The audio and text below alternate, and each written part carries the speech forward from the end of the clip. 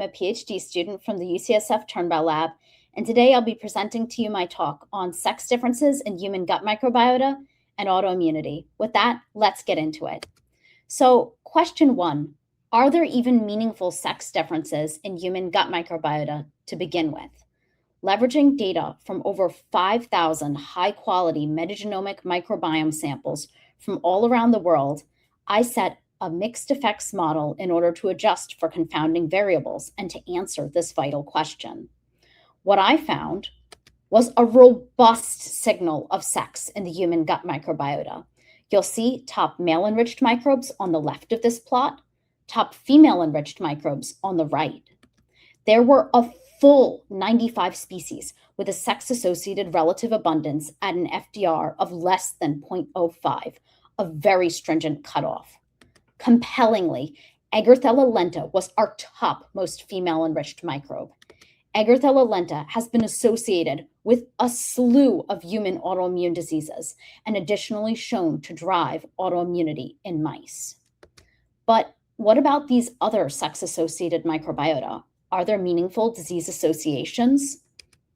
Well, in order to answer this question, I leveraged a large, over 1,000 person cohort of controls and patients suffering from multiple sclerosis, a devastating brain autoimmune disease that, like most autoimmune diseases, affects far more women than men. What did I find looking at this data set and adjusting for sex? What I found was that male-enriched bacteria had no or negative association with multiple sclerosis.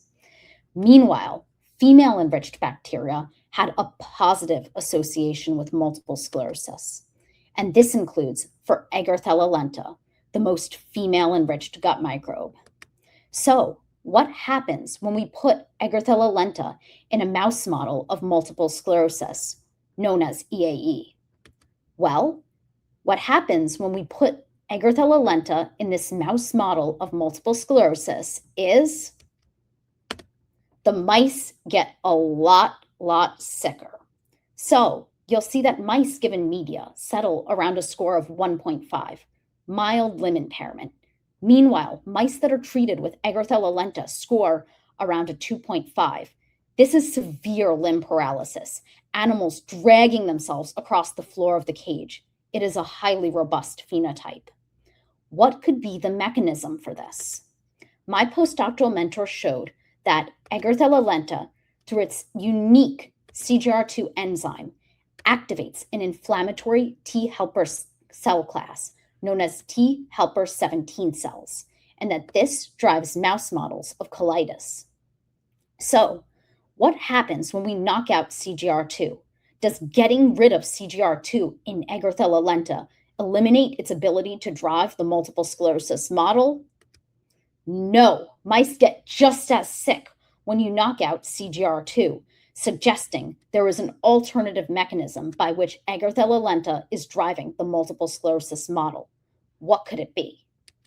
Well, what you see looking in the brains of diseased conventional mice that are given Eggerthella lenta is a shift in the immune population.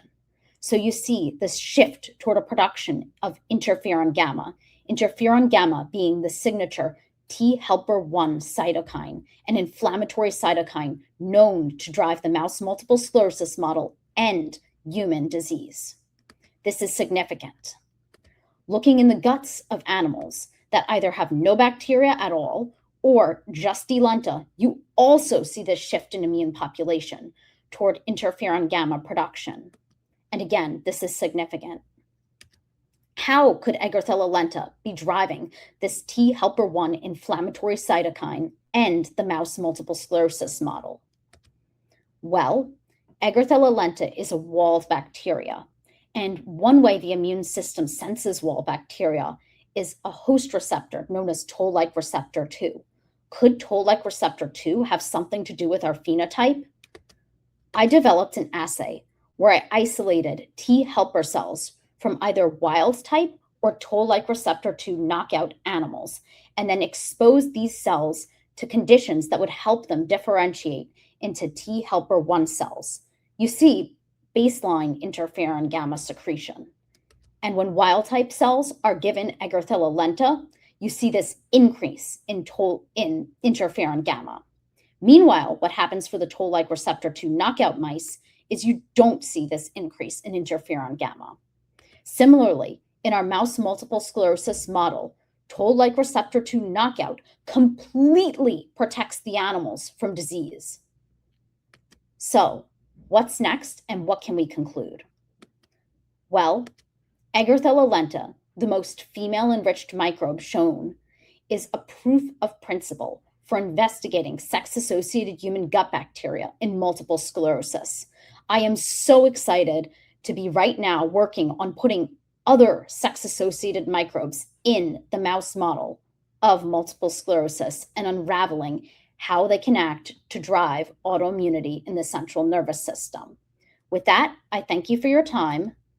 I ask for questions, and hopefully Eggerthella lenta did not fry your brain. Sorry, that should have been a fire graphic. I apologize, but thank you.